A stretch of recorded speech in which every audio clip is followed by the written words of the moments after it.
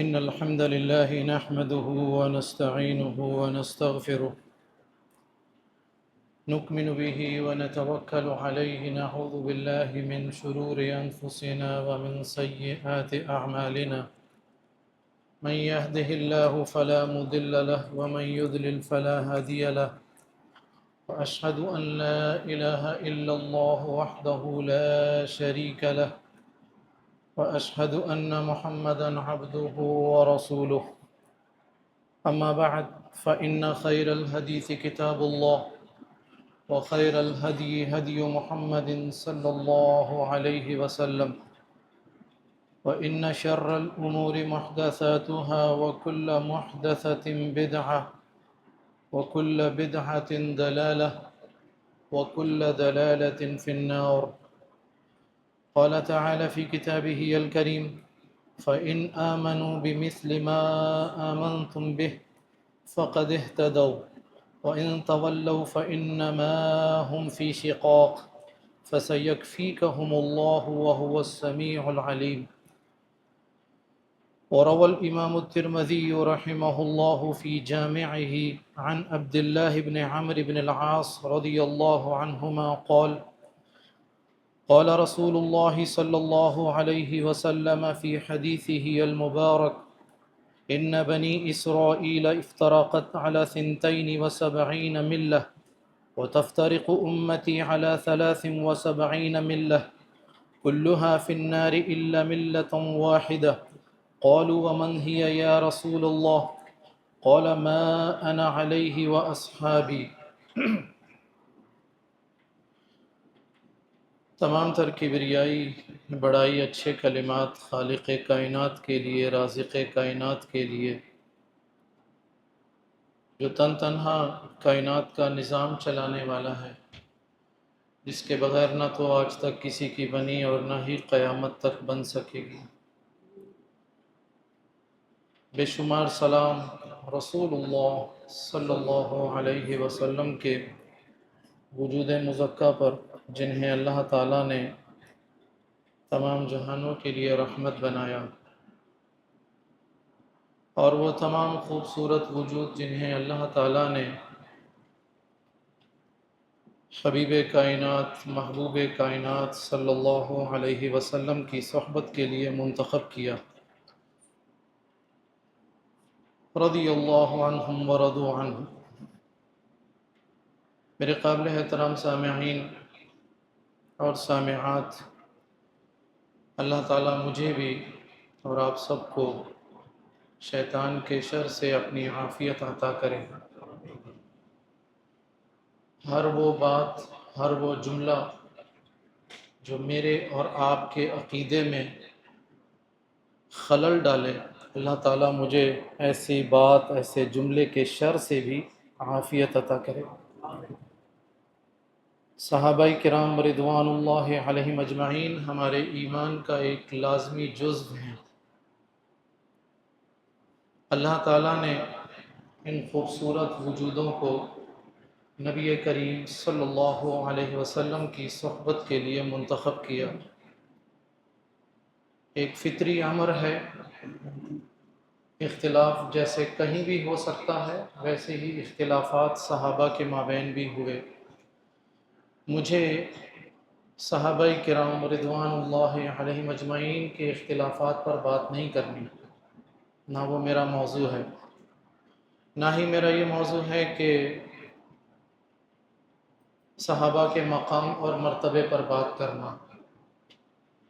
میں آج جس موضوع پر چند گزارشات آپ لوگوں کے سامنے رکھنا چاہوں گا، وہ یہ بات ہے کہ صحابہ کرام رضوان اللہ علیہم اجمعین کے مابین جو اختلافات رونما ہوئے، ان اختلافات پر خود صحابہ کرام رضوان اللہ علیہم اجمعین کا موقف کیا تھا۔ یہ بات اس لیے زیادہ ضروری اور اہم ہے کہ اللہ تعالیٰ نے صحابہ کرام رضوان اللہ علیہم اجمعین کے ایمان کو ہمارے لیے مثال اور معیار بنا کر پیش کیا۔ یہ جو سورۃ البقرہ کی آیت میں نے آپ کے سامنے پڑھی، اللہ تعالیٰ نے صحابہ کرام رضوان اللہ علیہم اجمعین سے مخاطب ہو کر قیامت تک کے لوگوں کے لیے ایک سٹینڈرڈ، ایک معیار، ایک مثال بنا دی۔ کہا کہ یہ سب اس وقت تک ایمان والے نہیں ہوں گے جب تک یہ تم جیسا ایمان نہیں لائیں گے۔ اگر یہ تمہارے جیسا ایمان لے کر آئیں گے تو پھر ہم ان کو مومن کہیں گے، اور اگر یہ تمہارے جیسا ایمان لانے سے گریز کریں، پیچھے ہٹ جائیں، روح گردانی کریں، انحراف کریں، کوئی اور رویہ اختیار کریں، تو جان لو کہ یہ لوگ ایمان پر نہیں ہیں، یہ لوگ اپنے خود ساختہ باتوں میں اور حقائق میں گمراہ ہو رہے ہیں۔ اللہ تعالیٰ صحابہ کرام رضوان اللہ علیہم اجمعین کے لیے کافی ہے، اور صحابہ نہ صرف اللہ تعالیٰ کا نبی کریم صلی اللہ علیہ وسلم کے لیے خوبصورت انتخاب ہیں، بلکہ صحابہ کرام قرآنی شخصیات ہیں، تاریخی شخصیات نہیں ہیں کہ جن کو ہم تاریخی روایات کی بنیاد پر پرکھیں، ان پر تجزیات پیش کریں۔ میرے قابل احترام سامعین، میری گفتگو کی بنیاد یہ ہے، پہلی صدی ہجری کا کوئی بھی واقعہ آپ کی سماعت سے ٹکرائے، آپ اسے پڑھیں تو کم و بیش ہر واقعے میں کوئی نہ کوئی صحابی آپ کو ملے گا، بالخصوص شروع کے ابتدائی جو 50-60 سال کے جو واقعات ہیں، ان واقعات کا تعلق سیاست سے ہے، تجارت سے ہے، ہماری معاشرت سے ہے، ہمارے جہاد اور قتال سے ہے، حکومت و اقتدار سے ہے۔ ہر واقعے میں ہمیں صحابہ کرام رضوان اللہ علیہم اجمعین کے خوبصورت وجود نظر آتے ہیں۔ اختلافات جو ہوئے وہ ایک فطری امر ہے، ان اختلافات کی بنیاد سیاسی تھی، معاشرتی تھی، فقہی تھی، یہ ایک الگ موضوع ہے، لیکن میرے قابل احترام سامعین اور سامعات، عافاکم اللہ من کل سوء و مکروہ و شر، جن خوبصورت وجودوں کے ایمان کو میرے لیے مثال اور معیار بنا کر پیش کیا گیا، کیا یہ ضروری نہیں کہ ان اختلافات کے موقع پر یا ان اختلافات کے حوالے سے ہماری سب سے پہلی نگاہیں جو ہیں وہ صحابہ کرام کی طرف اٹھیں، ہم یہ سوچیں کہ ان کا موقف کیا تھا، انہوں نے کیا طرز عمل اختیار کیا، کیا کہا، کیا کیا۔ المیہ یہ ہے کہ ہمارے معاشرے میں بہت سارے اہل بدعات اور خرافات کی میں کیا بات کروں، ہمارے اہل عقیدہ بہت سارے ساتھی ایسے ہیں جو روافض کا یا اہل بدعات کا ایجنڈا جو ہے وہ مکمل کر رہے ہوتے ہیں، اور وہ کلیم کرتے ہیں کہ وہ اہل عقیدہ ہیں، توحید والے ہیں۔ تو میرے قابل احترام سامعین اور سامعات، سب سے پہلے یہ جانیے کہ صحابہ کرام رضوان اللہ علیہم اجمعین کا موقف کیا تھا۔ یہ میرا عقیدہ ہے، اور یہ صرف میرا ہی نہیں، آپ سب کا، بلکہ ہر مسلمان کا عقیدہ ہونا چاہیے۔ آپ لوگوں میں سے جتنے میرے عزیز طلبہ ساتھی بیٹھے ہوئے ہیں یہاں پر، مجھے اپنے ادارے کے بعض قابل احترام مشائخ بھی نظر آ رہے ہیں، آپ ان لوگوں سے رجوع کیجئے اگر آپ کا تعلق عام طبقے سے ہے۔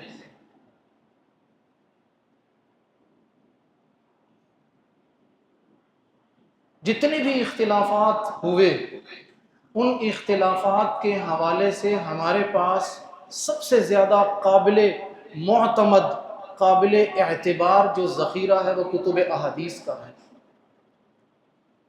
جائیے کتب احادیث جو تقریباً کم و بیش 104 کے قریب، جو زیادہ تر محدثین اور اساتذہ الحدیث کے مطالعہ میں رہتی ہیں، آپ ان تمام کتابوں کا مطالعہ کیجئے اور آپ کو معلوم ہوگا کہ شروع کے 50 60 70 سالوں میں جو اختلافات رونما ہوئے، ان اختلافات پر کتنے صحابہ کے اقوال ملیں گے آپ کو۔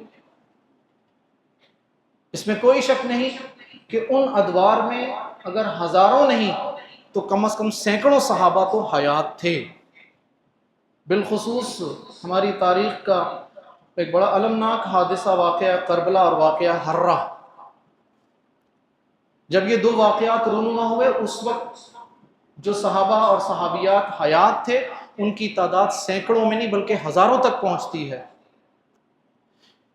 سب سے بڑا سوال یہ ہے کہ کیا بات ہے کہ جن صحابہ کے سامنے یہ سارے واقعات رونما ہو رہے تھے، سیدنا عمر فاروق شہید ہوئے، سیدنا عثمان غنی شہید ہوئے، سیدنا علی شہید ہوئے، سیدنا علی کے دور میں مسلمانوں کے مابین جو جنگیں ہوئیں وہ، پھر سیدنا معاویہ کا خلیفہ بننا، پھر سیدنا معاویہ کی وفات اور یزید رحمہ اللہ کا خلیفہ بننا، واقعہ کربلا کا رونما ہونا، واقعہ ہرہ کا ہونا، صحابہ کرام رضوان اللہ علیہم اجمعین کے کتنے اقوال ملیں گے آپ کو کتب احادیث میں؟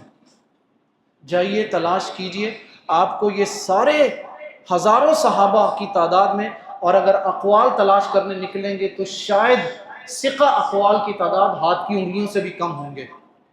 ایک ہاتھ میں 10 انگلیاں ہوتی ہیں، آپ کو 10 اقوال بھی معتبر نہیں ملیں گے صحابہ کے۔ جائیے تلاش کیجئے۔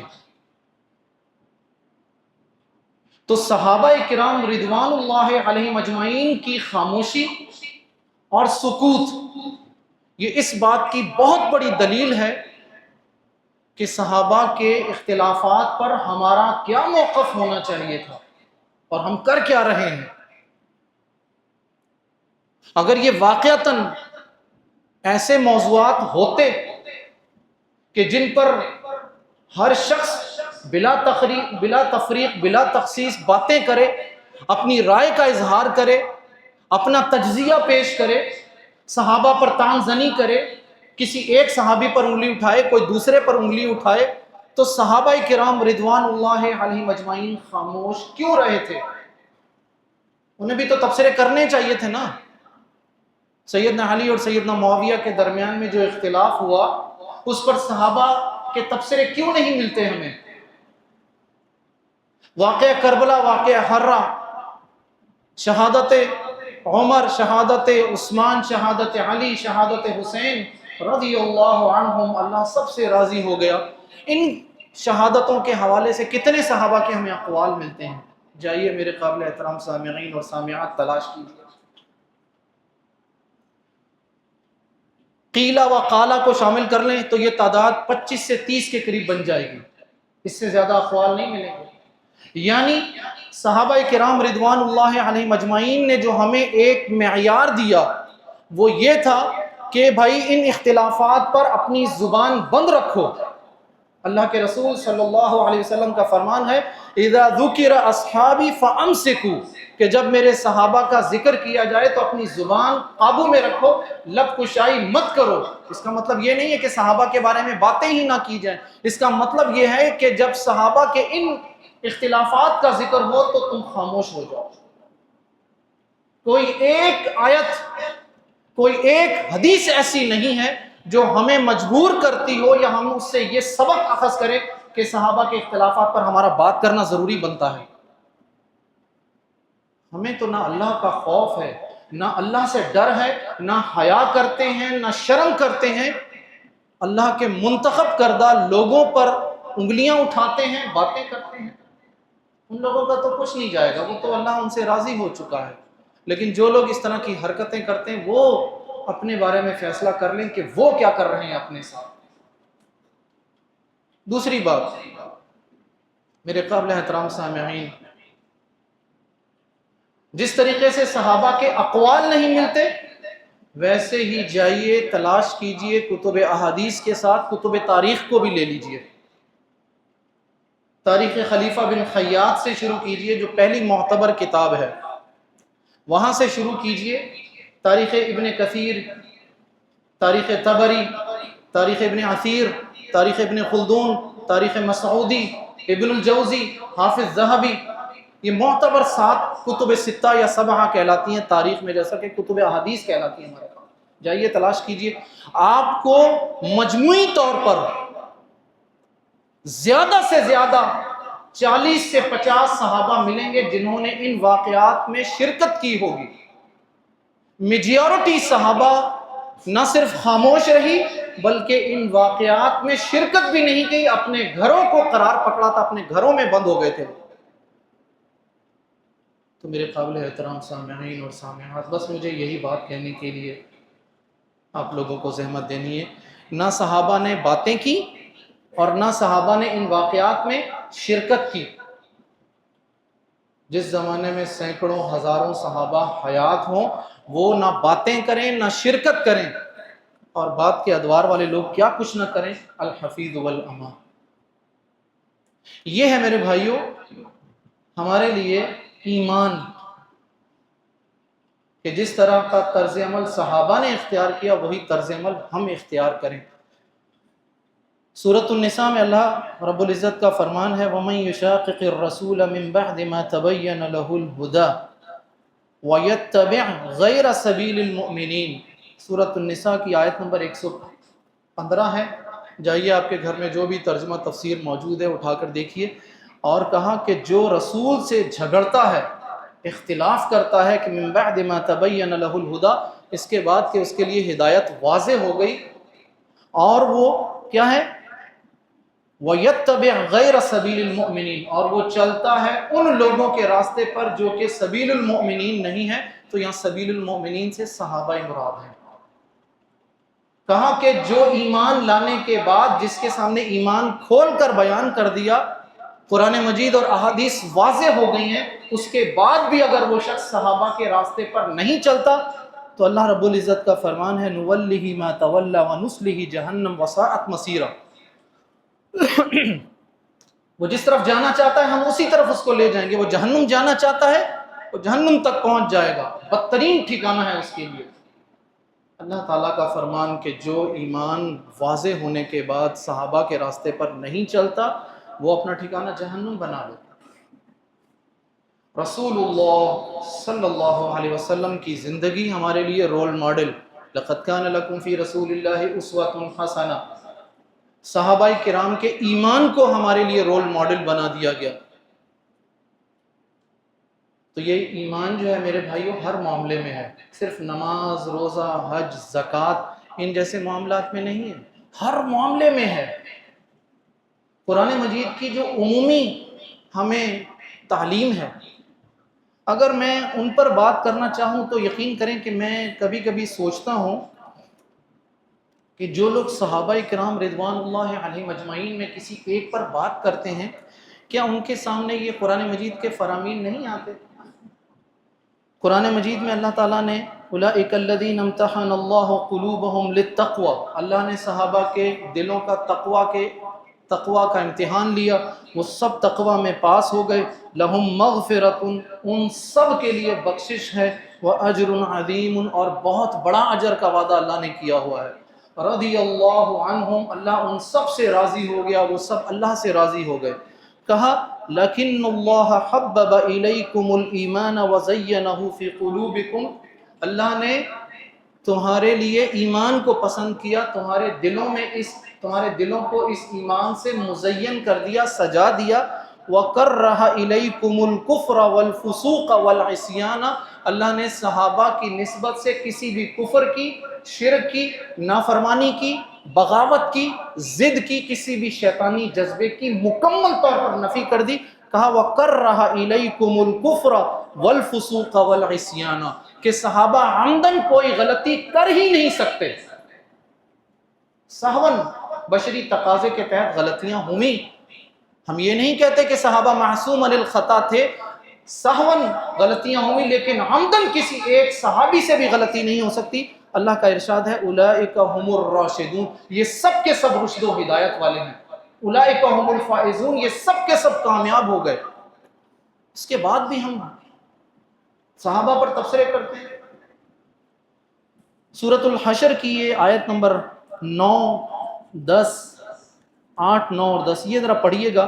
آیت نمبر 8 میں اللہ تعالیٰ نے مہاجرین کے حوالے سے کہا، تب بیان ہمارا عقیدہ بیان کر دیا، للفقراء المہاجرین الذین اخرجوا من دیارہم واموالہم، اور وہ فقراء مہاجرین جنہیں ان کے گھروں سے نکالا گیا اور ان کو ان کے مالوں سے محروم کر دیا گیا، یبتغون فضلا من اللہ ورضوانا، وہ اللہ کی رضا چاہتے تھے، اللہ کا فضل تلاش کرتے تھے، وینصرون اللہ ورسولہ، ان کی زندگی کا صرف ایک مقصد تھا کہ اللہ اور اس کے رسول کی مدد کرنا، اولئک هم الصادقون، یہ سب کے سب اپنے دعوے میں سچے ہیں۔ اس سب کی بات کی گئی، یہ مہاجرین صحابہ کی بات کی گئی۔ آئیے ذرا انصار صحابہ کے بارے میں، والذین تبوؤا الدار والایمان من قبلہم، اور وہ لوگ جنہوں نے اپنی باہیں کھول دی تھی مدد کرنے کے لیے، اپنا گھر بار مال دولت سب کچھ پیش کر دیا تھا، یحبون من ہاجر الیہم، اپنی طرف ہجرت کرنے والوں سے انہوں نے ایسی بے مثال محبت پیش کی کہ چشم فلک نے ایسی محبت نہ پہلے کبھی دیکھی ہوگی، نہ قیامت تک ایسی قربانیاں اور ایثار دیکھ سکے گا۔ ولا یجدون فی صدورہم حاجۃ مما اوتوا ویؤثرون علی انفسہم ولو کان بہم خصاصہ، انہوں نے اپنی ہر چیز پیش کر دی۔ یہ 2 گھر ہیں، یہ 2 بیویاں ہیں، دیکھو تمہیں جو گھر پسند آتا ہے وہ لے لو، جو بیوی پسند آتی ہے میں اس کو طلاق دے دیتا ہوں، عدت کے بعد تم اس سے نکاح کر لو۔ مجھے بتائیے ایثار کے، قربانی کے، محبت کے ایسے مناظر پہلے کبھی سنے کبھی دیکھے؟ قیامت تک یہ باتیں نظر نہیں آئیں گی، نہ سننے میں آئیں گی۔ اور اس کے بعد میرا اور آپ کا ذکر کیا گیا، میں اور آپ، ہمارا عقیدہ اور منہج بتایا گیا، کہا والذین جاءوا من بعدہم، اور جو لوگ ان کے بعد آئے، صحابہ مہاجرین اور انصار صحابہ کے بعد قیامت تک جو لوگ آتے ہیں، یقولون، ان کے اوپر یہ لازم ہے، یہ ان کے اوپر فرض عین ہے، نماز روزہ حج زکوٰۃ کی طرح، ربنا اغفر لنا، یہ وہ دعا مانگتے رہیں جب تک زندہ ہیں، ان کے لبوں پر یہ دعائیں رہنی چاہیے، ربنا، اے ہمارے رب، اغفر لنا، اللہ ہمیں بخش دے، اللہ ہمیں معاف کر دے، وَلِإِخْوَانِنَا الَّذِينَ سَبَقُونَ بِالْإِيمَانِ، اللہ جو ہم سے پہلے ایمان لا چکے ہیں ان سب کو بھی تو معاف کر دے۔ تو سب سے پہلے ایمان کون لائے تھے؟ صحابہ کرام رضوان اللہ علیہم اجمعین۔ پھر کہا وَلَا تَجْعَلْ فِي قُلُوبِنَا غِلًّا لِلَّذِينَ آمَنُوا، اور اللہ ہمارے دلوں میں کسی ایک صحابی کے بارے میں بھی، کسی ایک مومن کے بارے میں بھی کوئی کینہ، بغض، حسد، نفرت، کوئی شیطانی جذبہ اللہ اگر ہے تو اس کو نکال دے۔ یہ ان لوگوں کے لیے جن کے تبصرے صحابہ کرام کی غلطیوں پر، کوتاہیوں پر ہوتے ہیں، جو صحابہ پر انگلیاں اٹھاتے ہیں، میں کہتا ہوں ان کو یہ دعائیں مانگنی چاہیے، وَلَا تَجْعَلْ فِي قُلُوبِنَا غِلًّا لِلَّذِينَ وَلَا تَجْعَلْ فِي قُلُوبِنَا غِلًّا لِلَّذِينَ آمَنُوا رَبَّنَا إِنَّكَ رَءُوفٌ رَحِيمٌ۔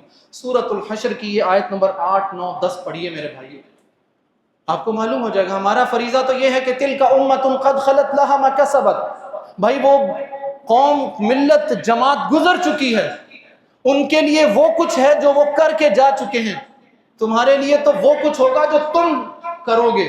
وَلَا تُسْأَلُونَ عَمَّا كَانُوا يَعْمَلُونَ، تم سے نہیں پوچھا جائے گا کہ انہوں نے کیا کیا کیا نہیں کیا، تمہیں اپنی فکر کرنی چاہیے۔ میرے قابل احترام سامعین، اللہ کے رسول صلی اللہ علیہ وسلم کا یہ جو فرمان میں نے سب سے پہلے پڑھا تھا، یہ جو جامع ترمذی کی حدیث تھی جس میں اللہ کے رسول نے فرمایا تھا کہ بنی اسرائیل 72 فرقوں میں تقسیم ہوں گے، میری امت 73 فرقوں میں تقسیم ہوگی، سب جہنم میں جائیں گے سوائے ایک جماعت کے۔ پوچھا کہ وہ ایک جماعت کون سی ہوگی؟ کہا جس پر میں اور میرے صحابہ ہیں۔ تو صحابہ کا راستہ جنت تک لے کر جانے والا ہے، صحابہ سے اختلاف جنت بھی لے کر جائے گا۔ اللہ تعالیٰ سے دعا کرتا ہوں اللہ تعالیٰ مجھے اور آپ سب کو اس بات کی توفیق عطا فرمائے کہ ہم صحابہ کرام رضوان اللہ علیہم اجمعین کے باہمی اختلافات کے حوالے سے اپنی زبانیں بند رکھیں اور وہ موقف اختیار کریں جو خود صحابہ کرام رضوان اللہ علیہم اجمعین نے اختیار کیا۔ بارک اللہ لی ولکم ولسائر المسلمین فاستغفروہ انہ هو الغفور الرحیم۔ الحمد للہ الذی خلقنا ورزقنا وانعمنا علی نعم ظاہرۃ باطنہ، افضل الصلاة وازکی السلام علی نبینا محمد صلی اللہ علیہ وسلم وعلی آلہ وصحبه أجمعين وعلى من اتبع الهدى إلى يوم الدين أما بعد. میرے قابل احترام سامعین، آخر میں آپ کو دو باتیں کہنا چاہوں گا. کسی بھی صحابی پر طعن زنی کا نتیجہ کیا نکلتا ہے؟ نعوذ باللہ، استغفر اللہ من ذالک. نقل کفر نباشت کے مصداق صرف ایک بات کہنی ہے. جب ہم کسی صحابی پر اعتراض کرتے ہیں، منفی تبصرہ کرتے ہیں، تو گویا کہ ہم اللہ تعالیٰ پر اعتراض کرتے ہیں کہ اللہ تعالیٰ نے نبی کریم صلی اللہ علیہ وسلم کی صحبت کے لیے ایسے لوگوں کو منتخب کیا جو بعد میں یہ کچھ کرتے رہے. بہت بڑی جرت کی بات ہے. نعوذ باللہ، استغفر اللہ من ذالک. دوسرا اعتراض ہم یہ کرتے ہیں کہ اللہ کے نبی صلی اللہ علیہ وسلم، نعوذ باللہ استغفر اللہ من ذالک، اللہ کے نبی اپنے صحابہ کی تربیت میں ناکام ہو گئے تھے. استغفر اللہ من ذالک. تیسرا جرم ہم یہ کرتے ہیں کہ قرآن جو ان کی تعریفات توصیفات سے بھرا ہوا ہے، ہم قرآن کی بھی نفی کر رہے ہیں، قرآن کا بھی انکار کر رہے ہیں. قرآن نے تو کہا محمد الرسول اللہ والذین معہ اشداء علی الکفار رحماء بینہم. قرآن تو کہتا ہے کہ یہ لوگ تو آپس میں محبت کرنے والے ہیں، جان نچھاور کرنے والے ہیں ایک دوسروں پر. ہم کہتے ہیں نہیں، ان کے آپس میں اختلافات تھے، کفر اور اسلام کی جنگیں بنا کر پیش کرتے ہیں. ہم قرآن کی بھی توہین کر رہے ہیں، ہم حدیث کی بھی توہین کرتے ہیں، کیونکہ اللہ کے نبی کا فرمان ہے لا تسبوا، لوگوں میرے صحابہ کو برا نہ کہو. قیامت تک کے لوگوں میں جتنے بھی لوگ آئیں، اگر وہ بڑی سے بڑی بھی نیکی کر لیں تو میرے صحابہ کی صدقے کی مثال دی. کوئی احد پہاڑ جتنا سونا بھی صدقہ کر لے تو میرے صحابہ کی ایک مد یا آدھی مد کے برابر بھی صدقے کے برابر اس کا یہ صدقہ نہیں پہنچ سکتا. پہلی بات تو یہ ہوگا. دوسری بات، میرے قابل احترام سامعین، صحابہ کرام رضوان اللہ علیہم اجمعین کے باہمی اختلافات کے حوالے سے شیخ الاسلام ابن تیمیہ رحمہ اللہ کا بڑا خوبصورت جملہ ہے. وہ نقل کرتے ہیں اہل سنت و جماعت کا عقیدہ بیان کرتے ہوئے کہتے ہیں وَيُمْسِكُونَ عَمَّا شَجَرَ بَيْنَ الصَّحَابَةِ، اور اہل سنت و جماعت اپنی زبانیں بند رکھتے ہیں صحابہ کے اختلافات کے حوالے سے، اپنے آپ کو روک کر رکھتے ہیں. لہٰذا میرے بھائیوں، چور دروازوں کو بند کیجئے. صحابہ کے حوالے سے جتنے چور دروازے ہیں جو صحابہ کے اوپر طعن زنی کی طرف لے کر جاتے ہیں وہ بند کیجئے. وہ چور دروازے کون کون سے ہیں؟ بنو ہاشم اور بنو امیہ کی خود ساختہ دشمنی ہمارے سامنے لائی جاتی ہے. ہمارے سامنے اموی اور علوی دشمنیاں لائی جاتی ہیں. واقعہ کربلا کی آڑ میں بہت کچھ کہا جاتا ہے، واقعہ حرہ کی آڑ میں بہت کچھ کہا جاتا ہے، خلافت کے حوالے سے ہمارے سامنے بہت کچھ کہا جاتا ہے. یہ سوال کیا جاتا ہے کہ صحابہ سارے کے سارے سچے تھے، عادل تھے؟ یہ سوال بھی کیا جاتا ہے. پچھلے دنوں ایک ساتھی نے سوال کیا کہ جی اللہ قرآن مجید میں اللہ تعالیٰ نے ایک مقام پر کہا کہ تم مدینے کے منافقین کو نہیں جانتے، تو کیا صحابہ میں بھی منافقین تھے؟ استغفر اللہ، لا حول ولا قوت الا باللہ العلی العظیم. میرے قابل احترام سامعین، ایک اصول ضابطہ بنا لیجیے اگر کامیاب ہونا چاہتے ہیں، اور وہ یہ ہے کہ جس واقعے میں آپ کو کسی صحابی کی شان کے حوالے سے کوئی ایک لفظ ملے، آپ اپنے کان بند کر لیجیے، اس کو چھوڑ دیجیے، چھوڑ دیجیے اس کا. میرے قابل احترام سامعین، آخری بات کروں گا. صحابہ کے اختلافات پر ہمارا تبصرہ کرنا یہ ہماری مذہبی، ہماری دینی کوئی ذمہ داری نہیں ہے. ہم زیادہ تر اپنی کلاسز میں طلبہ کے لیے تو حقائق واضح کرتے ہیں، روایات کی روشنی میں ہماری وہ ہم طلبہ کو ایک منہج دے رہے ہیں، تربیت کر رہے ہیں. عام لوگوں کے سامنے، عام لوگوں کے لیے اس پر بات کرنا مناسب نہیں ہے. اگر فکر کرنی ہے تو میرے قابل احترام سامعین ان باتوں کے بارے میں فکر کریں جن کے بارے میں مجھ سے اور آپ سے پوچھا جائے گا. جب ہم قبر میں جائیں گے تو ہم سے پوچھا جائے گا من رب کا، تمہارا رب کون ہے؟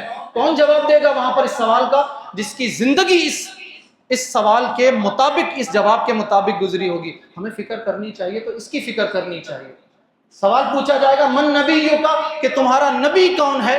ہمیں تو اس بات کی فکر کرنی چاہیے کہ اللہ کے رسول صلی اللہ علیہ وسلم کا ارشاد ایک حدیث آنے کے بعد بھی ہم اپنے ائمہ کے اقوال کی طرف جاتے ہیں، فلاں کی بات ڈھونڈتے ہیں، فلاں کی بات ڈھونڈتے ہیں، میں اپنا مسلک، اس کا مسلک، میرے بزرگ، میرے پیر صاحب، ہم یہ باتیں کرتے ہیں.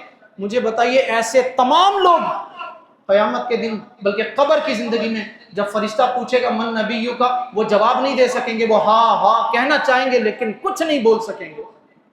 جب پوچھا جائے گا کہ ما دینوں کا، کہ تمہارا دین کیا ہے، بتانا چاہیں گے کہ ہمارا دین اسلام ہے، لیکن وہاں پر ایسے لوگوں کا جنہوں نے کتاب و سنت کے راستے کو اختیار نہیں کیا، وہ اپنے باطل فرقوں کا نام تو شاید لے دیں، اسلام کا نام نہیں لے سکیں گے۔ میرے قابل احترام سامعین، فکر کرنی ہے تو اس بات پر فکر کیجئے کہ قیامت کے دن جب ہم اللہ کے سامنے کھڑے ہوں گے، اللہ مجھ سے پوچھے گا کہ جوانی تمہاری کہاں گزری تھی، تمہاری جیب میں جو مال ہے یہ کہاں سے آیا، تم نے جو خرچ کیا وہ کہاں خرچ کیا، تمہارے پاس جو علم تھا اس علم پر عمل کیا یا نہیں کیا۔ فکر تو مجھے ان باتوں کی کرنی چاہیے، کن باتوں میں پڑا ہوا ہوں، کہاں جا رہا ہوں میں۔